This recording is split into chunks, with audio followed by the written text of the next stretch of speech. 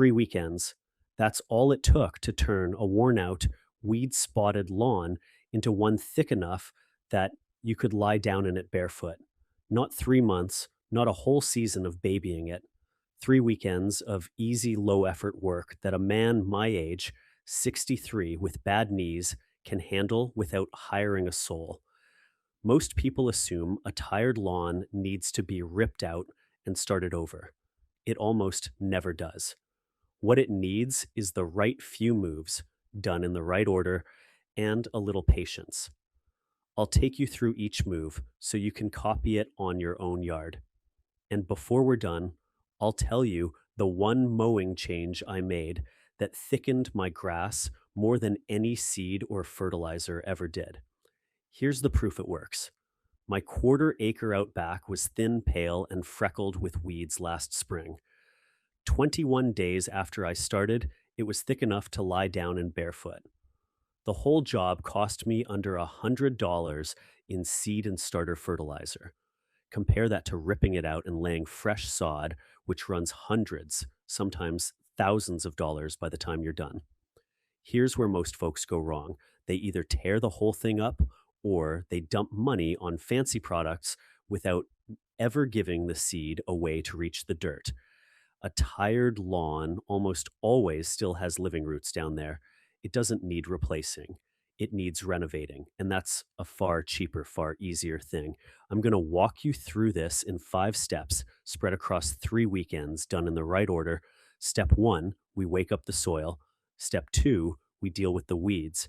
Step 3, we put down seed. Step 4, we feed it. Step 5, we water it in. And before we're done, I'll tell you the one mowing change I made that thickened my grass more than any seed or fertilizer ever did. Step 1, wake up the soil. This is the whole first weekend, and it's the step most people skip, which is exactly why their seed never takes. Start by mowing the entire lawn down low. I mean low. Drop your deck to about 1.5 inches. That's a lot shorter than you'd ever cut it normally, and it'll look rough. That's fine. We call this scalping, and we're doing it on purpose. Bag every bit of those clippings. Don't leave them lying on the lawn because we want the surface open, not buried.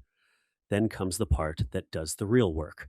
Take a stiff garden rake, the metal kind with the hard tines, not a leaf rake, and rake the whole lawn hard. You're pulling out the dead, brown, matted layer that sits down at the base of the grass. That layer is called thatch, and it's the reason so much seed fails. Rake until you can see actual dirt peeking through between the living plants. My father used to say a rake earns its keep 1 weekend a year, and this is that weekend. He'd have me out there until my arms ached, pulling up that brown mat, and I grumbled about it as a boy.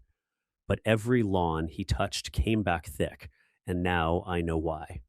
Here's the failure to avoid. If you toss seed onto a lawn that's still full of thatch, that seed lands on a spongy brown mat and never touches soil. It sits there, dries out, and dies. Seed has to have what we call seed to soil contact, which is a fancy way of saying the seed must touch dirt to root. No dirt, no lawn. By the end of this weekend, your lawn will look beat up and patchy with bare soil showing through. That's not a setback. That's a win. You've just given every seed you're about to put down a place to grab hold. Step 2, deal with the weeds before the new grass shows up. You want to knock the weeds back now while you can still see them clearly and before the baby grass complicates things. Pick a calm day with no wind and a temperature above 60 degrees. Wind makes the spray drift where you don't want it, and cold weather makes weed killers work poorly. Use a selective post-emergent. That's a weed killer that kills the broadleaf weeds like dandelions and clover while leaving your grass alone. The common kind is called a 3-way because it blends 3 ingredients to handle the broadleaf weeds most lawns get. Now here's where most people mess up. Don't spray the whole yard. Spot treat only the patches where the weeds actually are. There's no reason to soak grass that's already clean. I keep a small pump sprayer just for this, a gallon at a time, so I can walk to each weed patch and hit it directly without dragging a hose. Spray the weedy spots and leave the rest be. And read the label for the wait time before you seed. Most of these tell you to wait a couple of weeks before putting down new grass seed, because the product's still active in the soil. Honor that number. It's on the bottle for a reason. Here's the big mistake I see every fall. Folks grab a weed and feed product thinking they'll handle weeds and feeding in one shot. The trouble is, most weed and feeds contain a pre-emergent, which is designed to stop seeds from sprouting. It can't tell the difference between a crabgrass seed and your good grass seed. It'll kill both for weeks. So keep that bag of weed and feed in the shed until this job is done. Once your weeds are treated and starting to curl and yellow, you've cleared the way. The thugs are gone and the ground is open for your new grass to move in without a fight. Step 3, put down the seed. This is the second weekend, and it's the part that turns bare dirt into a thick lawn. For us cool season folks up here in the Midwest, you want a cool season blend. I lean on turf-type tall fescue or a mix of fescue and Kentucky bluegrass. Tall fescue is tough, handles heat and foot traffic, and greens up fast. The bluegrass in the mix spreads and fills in over time. Either way, get a quality cool season blend made for your part of the country. Now the rate matters. For overseeding a thin lawn, not starting bare from scratch, but thickening what you've got, put down about 5 pounds of seed per 1,000 square feet. That's the sweet spot. Spread it with an inexpensive broadcast spreader, the kind that flings the seed out in a fan as you walk. A quick word on that spreader. Don't buy the flimsiest one on the shelf. A $40 broadcast spreader will outlast a $20 one by 5 years or more, and it spreads more evenly every single pass. That's money saved over the long haul, not money spent. After you've spread the seed, take that same rake, gently this time, and lightly drag the surface so the seed settles down into the soil. You're not burying it, you're just tucking it in against the dirt. Here's the failure to watch for. More is not better with seed. If you dump it down too heavy, all those seedlings come up crowded, fighting each other for water and light, and they get weak and rot off at the base. That rotting is called damping off, and it'll thin out the very lawn you're trying to thicken. Stick to that 5-pound rate. When you're done, your bare spots are seeded, and your seed is sitting right against the soil where it belongs. That's the win. The lawn doesn't look like much yet, but the work that matters is already underway, down where you can't see it. Step 4, feed it right. Seed alone will sprout, but to build a strong root system fast, it needs the right food the moment it goes down. Reach for a starter fertilizer, not your regular lawn food, a starter fertilizer made specifically for new seed. The way to tell is the middle number on the bag. Fertilizer bags carry 3 numbers, and the middle one is phosphorus, the nutrient that drives root development. You want that middle number to be high, somewhere around 18. A starter fertilizer with about 18% phosphorus is exactly what young roots are after. Put it down right after you seed, same day if you can, using that same broadcast spreader. The seed and the food go to work together. Here's the mistake folks make. They grab whatever bag of lawn fertilizer they've got in the garage, and most of those are high nitrogen, made to green up established grass. Nitrogen is the first number, and a high first number on new seed pushes top growth before the roots are ready to support it. You end up with skinny little blades standing on weak roots, and the first hot, dry spell wipes them out. I've watched 2 neighbors seed the same week. One used a starter fertilizer, one used the leftover summer lawn food. By the end of the month, the starter-fed lawn was knitting together while the other still showed bare dirt. Same seed, same water, different food. That middle number is the whole difference. Phosphorus first, nitrogen later. Get the roots down deep, and the green takes care of itself. Once you've fed it, every seed in that lawn has both a place to root and the fuel to do it. That's the win. You've set the table. Now it's up to the water. Step 5. Water it in and water it right. This runs through the third weekend and all the days in between, and it's where good work either pays off or gets thrown away. Newly seeded ground has one rule. The top quarter inch must stay moist until the seed sprouts. That means watering shallow and often. About a quarter inch of water twice a day, once in the morning, once in the early afternoon. You're not soaking the ground deep. You're keeping that thin top layer damp because the second it dries out, the sprouting seed dies. Keep that up until germination, which for cool season grass runs about 7 to 14 days. You'll start seeing a faint green haze across the soil, and within 2 weeks, that new fescue comes in a bright, fresh green you can spot from the porch. Here's the failure that ruins more lawns than any other. Folks water their new seed the way they water an established lawn, deep and infrequent, a big soak once or twice a week.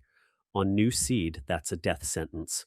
The top dries out between waterings, and the sprouts die in the gap, shallow and frequent until it's up. That's the rule for seed. Now, once that grass is up and growing, you flip the script. You back off to 1 deep inch of water a couple times a week.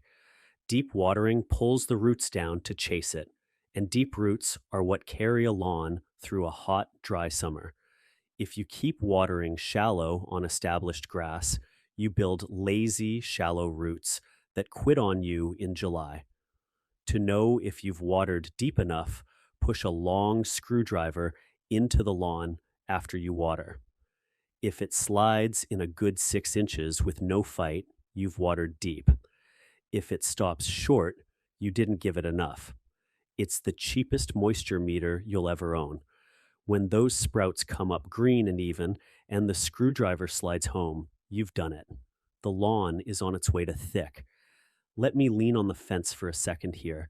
Everything I just walked you through, the overseeding rates, the exact cool season blends I trust on my own quarter acre, I laid all of it out, step by step, in my ebook, The Old Ways, 50 Forgotten Lawn Secrets from America's Greatest Groundskeepers.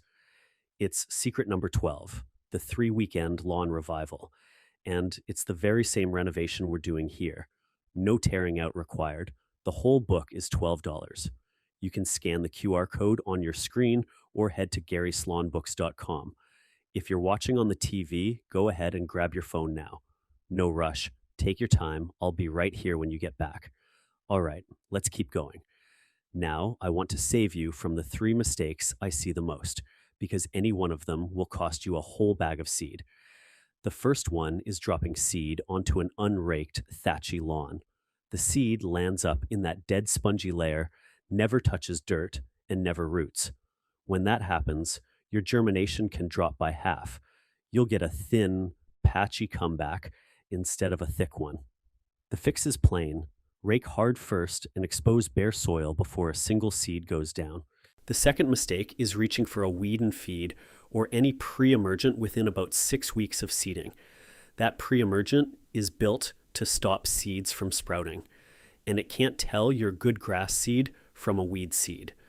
So it blocks your new grass cold, and you've wasted the whole bag. Keep your pre-emergents and your new seed at least 6 weeks apart every time. The third mistake is watering deep and infrequent right after you seed.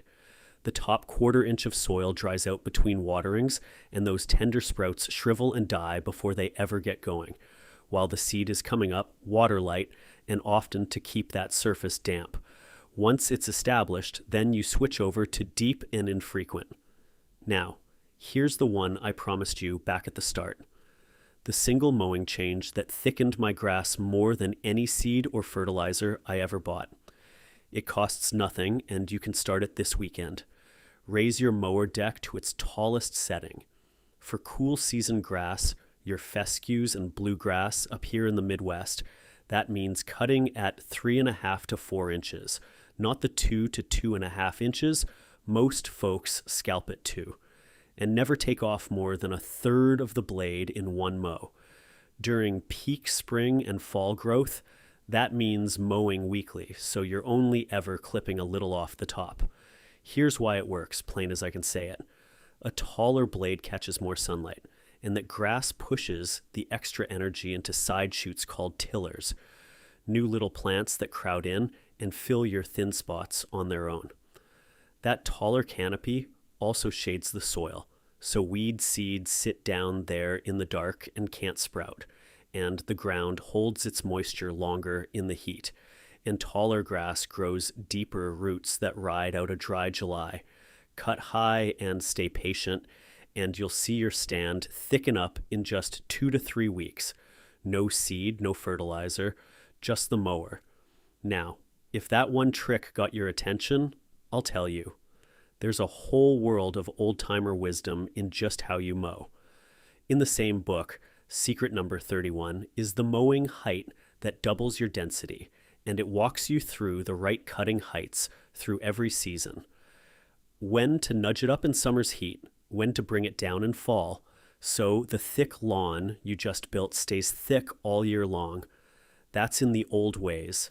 50 forgotten lawn secrets from America's greatest groundskeepers. $12, same as I mentioned. Scan the QR code on your screen or type in GarrySlawnBooks.com whenever you're ready. If you're settled in on the couch, pull your phone out and bring it up now. Take your time. I'm in no hurry, and neither are you.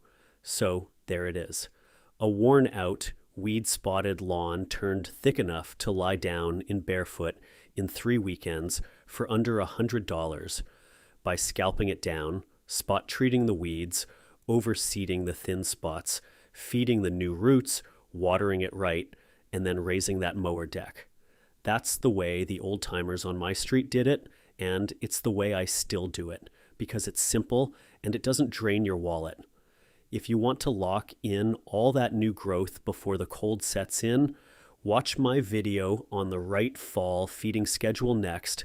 That's how you carry this thickness straight through winter. Until next time, keep it green, my friend.